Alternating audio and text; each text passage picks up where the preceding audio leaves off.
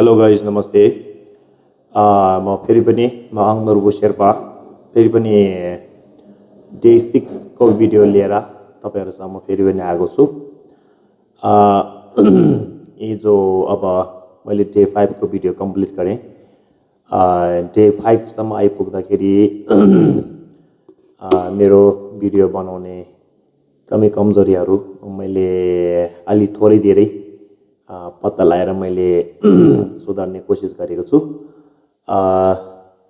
र मैले एउटा हिजो के नोटिस गरेँ भन्दाखेरि मैले यो जुन ट्राइपडको एउटा बत्ती आउँदो रहेछ माथि फ्ल्यास लाइट, त्यो चाहिँ मैले सुरुको दिनमा चाहिँ बालेको रहेछ। अनि त्यसपछि मैले सेकेन्ड दिनदेखि बाल्नु बिर्सेको रहेछ, जुन मैले नोटिस गरेको थिएन। र मैले अर्को के पनि भन्दाखेरि मैले हिजो यो माइक धेरै हल्लाउँदाखेरि गटागटुक आवाजहरू आउने गरेको रहेछ, जुन मैले आज नहलाइकन बोल्ने कोसिस गरेको छु। र आज के विषयवस्तुमा कुरा गर्ने भन्दाखेरि आज चाहिँ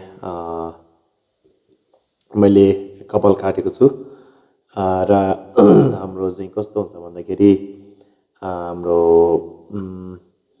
टिबेटियन लुनर इयरकै लुनर डेट भन्दाखेरि चाहिँ हामीले 8 तारिक भनौँ, 8 गते भनौँ न, लुनरको 8 डेमा चाहिँ हामीले कपाल काट्नुपर्ने हुन्छ, जुन चाहिँ पहिला बुद्धकै पालामा बुद्ध स्वयं आफैले पनि यो 8 डेमा चाहिँ कपाल काटेर चाहिँ जुन कपाल काट्नु भएको थियो भनौँ न, त्यही भएर चाहिँ यो दिनमा चाहिँ कपाल काट्नुको लागि चाहिँ एकदमै उपयुक्त मानिन्छ।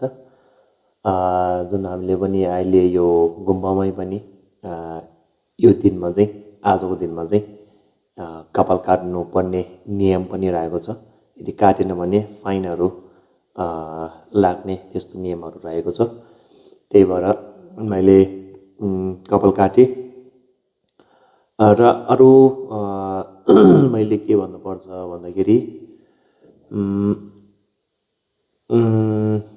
आज खासै म लिटरली है मैले भिडियो बनाउनुभन्दा 1 मिनट अगाडि पनि मैले के विषयवस्तुमा बोल्छु भन्ने कुरा मैले सोचेकै हुँदैन है। त्यही पनि मैले यत्तिकै ऱ्यान्डमली क्यामेरा अन गरेर यत्तिकै बोलिहालेको मात्रै हो।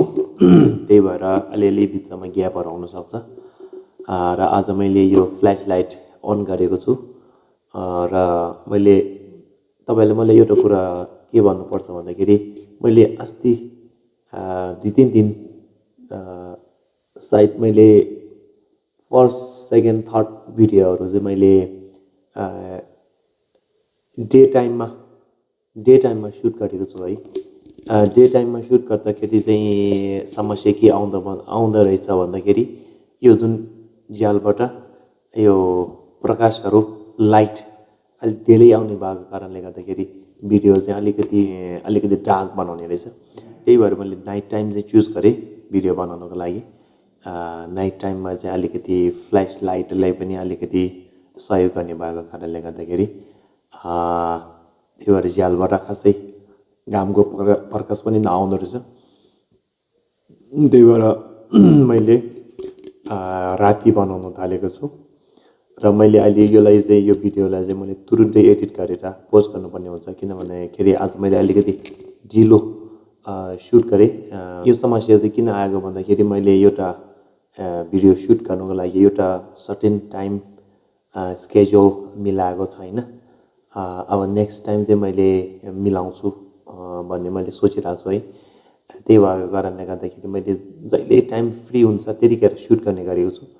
र नेक्स्ट टाइम चाहिँ मैले सम्भवतः एउटा सर्टेन टाइम मिलाएर सुट गर्नेछु।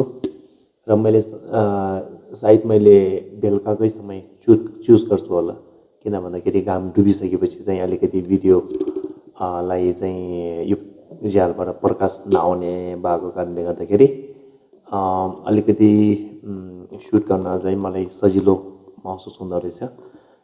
र मैले डे टाइममै सुट गरे पनि नेक्स्ट टाइमदेखि चाहिँ मैले के नोटिस गरेँ भन्दाखेरि यो झ्यालपट्टि चाहिँ क्यामेरा राखेर त्यही भएर त्यो फ्ल्यास चाहिँ फेसमा पर्दाखेरि चाहिँ अलिकति भिडियोलाई चाहिँ क्लियर देख्ने, त्यही भएर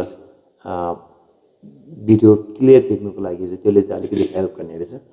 र त्यस्तो गर्दाखेरि जुन यो फ्ल्यास लाइट पनि बाल्नु नपर्ने, त्यो जुन नेचुरल लाइटले नै चाहिँ नेचुरल फ्ल्यासले नै चाहिँ अलिकति भिडियोलाई राम्रो बनाउने हेल्प गर्ने रहेछ। त्यति कुरा चाहिँ मैले नोटिस गरेँ। र आजलाई चाहिँ यति नै होला। मैले यति बोल्दाखेरि नै लगभग त्यस्तै 6-7 मिनट गइसकेको छ। र मैले त्यति साह्रो लामो भिडियो पनि बनाउँदिनँ, किन भन्दाखेरि यो जस्ट मैले त्यति लामो भिडियो बनाउँदाखेरि अलिकति बोरिङ टाइपको कुराहरू हुने भएको कारणले गर्दाखेरि छोटो भिडियो बनाएर मैले यो लगातार दिनकै सुट गर्ने भएको कारणले गर्दाखेरि मैले आजलाई चाहिँ यति नै राख्छु। र नेक्स्ट टाइम भोलि फेरि अर्को भिडियो लिएर आउनेछु। त्यति बेलासम्मको लागि चाहिँ गुड बाई, धन्यवाद, टेक केयर।